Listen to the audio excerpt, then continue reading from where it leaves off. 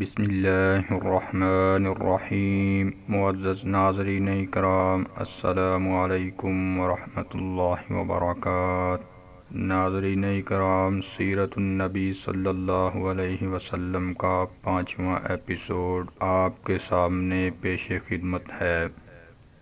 دائی حلیمہ کے گھر برکتیں ہی برکتیں اور بی بی آمنہ کی وفات۔ اب حلیمہ کے یہاں برکتوں کی بارش ہونے لگی، ہر چیز میں برکت ظاہر ہو رہی تھی۔ جانور موٹے ہو گئے، دودھ سے تھن پھول آئے، ہر طرف برکت ہی برکت تھی۔ رفتہ رفتہ 2 سال گزر گئے۔ آمنہ کا لال حلیمہ کا دودھ پیتا۔ حلیمہ کی ایک بیٹی تھی شیمہ، اس کی گودیوں میں ہمکتا۔ صحرا کی کھلی فضا ہوتی اور دیہات کی سادہ زندگی۔ معزز ناظرین، جسم تیزی سے بڑھا، ہاتھ پیر میں طاقت آ گئی اور بچہ خوب تندرست ہو گیا۔ شیر خواری کے دن پورے ہو گئے۔ اب وقت آیا کہ بچہ پھر ماں کی گود میں جائے اور اس کے گھر کی رونق بنے۔ لیکن کیا حلیمہ اس بچے کو جدا کر دیں، ایسے بچے کو جو ان کے لیے سراپائے برکت تھا، مجسمہ رحمت تھا، باعث راحت تھا اور موجب سعادت تھا؟ کسی طرح بھی طبیعت اس کو چھوڑنے پر تیار نہ تھی۔ تمنا تھی کہ کچھ دنوں وہ ساتھ رہے، کہ برکتوں کا سلسلہ تا دیر قائم رہے۔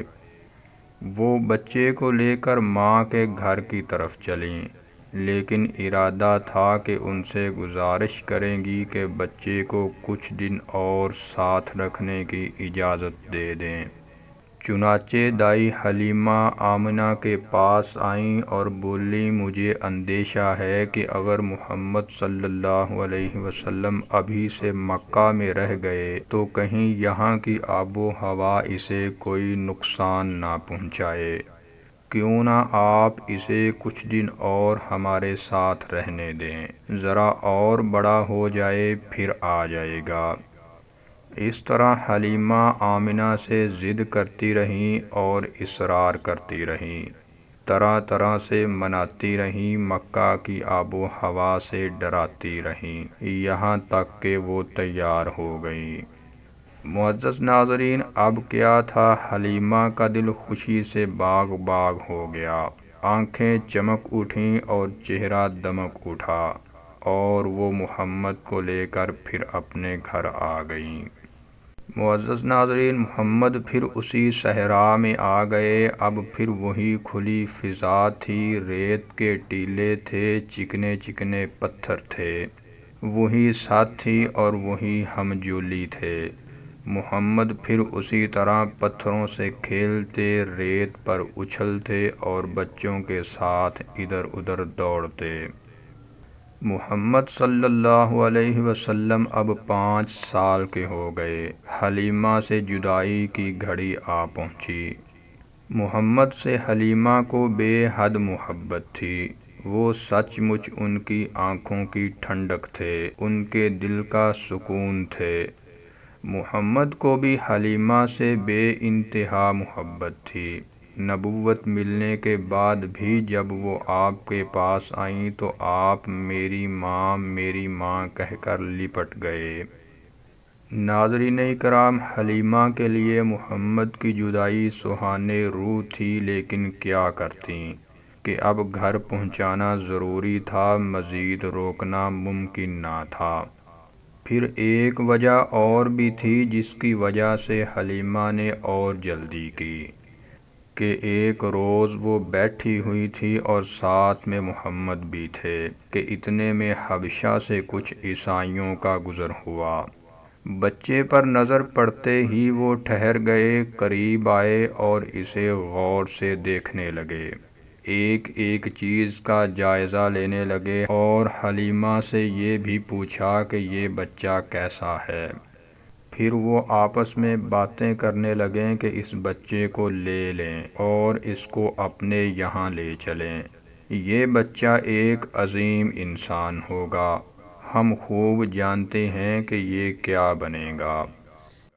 معزز ناظرین، حلیمہ ان کا مطلب سمجھ گئیں، ان کے ارادوں کو بھانپ گئیں، ان کی سازشوں سے گھبرا اٹھیں، ڈریں کہ کہیں سچ مچ وہ اسے چھین نہ لیں اور موقع پا کر اچک نہ لیں یا کوئی اور تکلیف نہ پہنچا دیں۔ چنانچہ وہ نظر بچا کر بھاگ کھڑی ہوئیں اور بچے کو لے کر غائب ہو گئیں، حالانکہ انہیں امید نہیں تھی کہ وہ اس طرح بھاگ سکیں گی اور بچے کو ان سے بچا سکیں گی۔ پھر جتنی جلدی ممکن تھا وہ آمنہ کے پاس پہنچی اور ان کی امانت ان کے حوالے کی۔ تب کہیں جا کر حلیمہ نے اطمینان کا سانس لیا۔ معزز ناظرین، اب ماں کی ممتا تھی اور دادا کی سرپرستی۔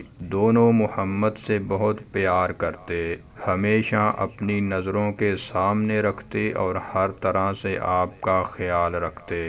آپ 6 برس کے ہو گئے تو ماں کا دل چاہا کہ چل کر شوہر کی قبر دیکھیں۔ چنانچہ وہ مدینہ کے لیے روانہ ہوئیں اور محمد صلی اللہ علیہ وسلم کو بھی لیتی گئیں۔ شوہر کی ایک باندی تھی ام ایمن، وہ بھی سفر میں ساتھ تھیں۔ وہاں ایک مشہور خاندان تھا بنو نجار، جو کہ محمد صلی اللہ علیہ وسلم کے دادا عبد المطلب کے ننیال تھے، اس لیے بی بی آمنہ جا کر وہیں ٹھہریں۔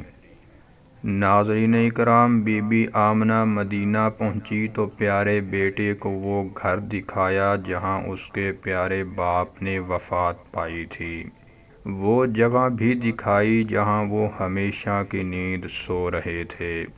آج پہلا دن تھا کہ اس معصوم بچے نے یتیمی کا مفہوم سمجھا۔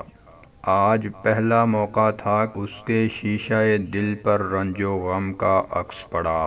وہاں 1 مہینہ گزرا کہ بی بی آمنہ نے گھر لوٹنے کا ارادہ کیا اور محمد صلی اللہ علیہ وسلم کو لے کر مکہ کے لیے روانہ ہو گئیں۔ ناظرین اکرام، شوہر کی طرح بی بی آمنہ بھی بیمار پڑ گئیں۔ جحفہ سے 23 میل پر ایک گاؤں ہے ابوا، وہاں پہنچی تو حالت نازک ہو گئی اور پھر سنبھل نہ سکی، وفات پا گئیں اور وہیں دفن ہوئیں۔ معزز ناظرین، عبداللہ کی وفات بھی تو پردیس میں ہوئی تھی اور دفن بھی اسی طرح ہوئے تھے، قوم و وطن سے بہت دور۔ اللہ آپ کا ولی اور کارساز ہے اے محمد صلی اللہ علیہ وسلم۔ آپ یتیم تھے، باپ کے سایہ سے محروم تھے۔ ابھی اس یتیمی کا شعور ہوا ہی تھا کہ ماں بھی داغ مفارقت دے گئی۔ باپ کی قبر دیکھی ہی تھی کہ ماں کی قبر بھی تیار ہو گئی۔ اب آپ تنہا رہ گئے۔ ماں ساتھ تھی تب بھی آپ کو یتیمی کا ملال تھا۔ بھلا دل پر کیا بیتی ہوگی جب کہ یہ سہارا بھی ٹوٹ گیا۔ معزز ناظرین، ام ایمن نے آپ صلی اللہ علیہ وسلم کو اپنی حفاظت میں لے لیا اور بڑے پیار سے گھر لائیں۔ مکہ پہنچے تو آپ بلک بلک کر رو رہے تھے۔ آج آمنہ کے لال کی حالت دیکھی نہیں جاتی تھی۔ اس حادثہ سے عبد المطلب پر بڑا اثر ہوا اور محمد صلی اللہ علیہ وسلم کے لیے ان کے سینے میں ماں کی محبت اور باپ کی شفقت ابل پڑی۔ اب وہ آپ پر بے انتہا مہربان ہو گئے، بڑی محبت سے پیش آتے، لطف و کرم کی بارش کرتے، ہر آن آپ کا خیال رکھتے، ہر طرح سے دل جوئی فرماتے، اپنی ذات اور اپنی اولاد سے بڑھ کر آپ کی فکر رکھتے۔ ناظرین اکرام، عبد المطلب قریش کے سردار تھے۔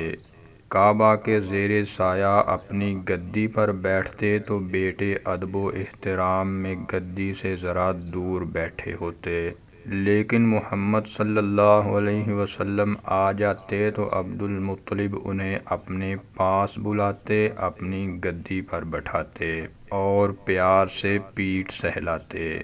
لیکن افسوس، عبد المطلب بھی زیادہ دیر نہ ٹھہرے کہ محمد صلی اللہ علیہ وسلم ابھی 8 سال کے ہوئے تھے کہ دادا بھی چل بسے۔ دادا کی موت پر آپ کے دل کو سخت صدمہ پہنچا، وہی صدمہ جیسا اس سے پہلے ماں باپ کی موت پر ہوا تھا۔ نہیں، دادا کا غم ماں باپ سے بھی بڑا تھا، کیونکہ اب آپ کچھ سمجھدار ہو چکے تھے، شعور بیدار ہو رہا تھا، جذبات و احساسات میں وسعت اور گہرائی آ رہی تھی۔ لطف و محبت کی حقیقت کو آپ سمجھنے لگے تھے، نوازش و کرم کی قدر و قیمت پہچاننے لگے تھے۔ اس لیے محرومی کا احساس بھی اتنا ہی شدید تھا، اس کے چھن جانے کا غم بھی اتنا ہی گہرا تھا۔ آنکھوں سے آنسو جاری تھے، دل درد و غم سے چور تھا، خود تڑپ رہے تھے، اوروں کو تڑپا رہے تھے، یہاں تک کہ پیارے دادا کا جسم قبر کی بھیانک کوٹھری میں چھپ گیا اور پھر ہمیشہ کے لیے اوجھل ہو گیا۔ تو ناظرین کرام، یہ تھا سیرت النبی صلی اللہ علیہ وسلم کا 5واں ایپیسوڈ، اور اگر آپ سیرت النبی صلی اللہ علیہ وسلم کا 4تھا ایپیسوڈ دیکھنا چاہتے ہیں تو اوپر کراس کے بٹن پر کلک کر کے دیکھ سکتے ہیں۔ السلام علیکم ورحمۃ اللہ وبرکاتہ۔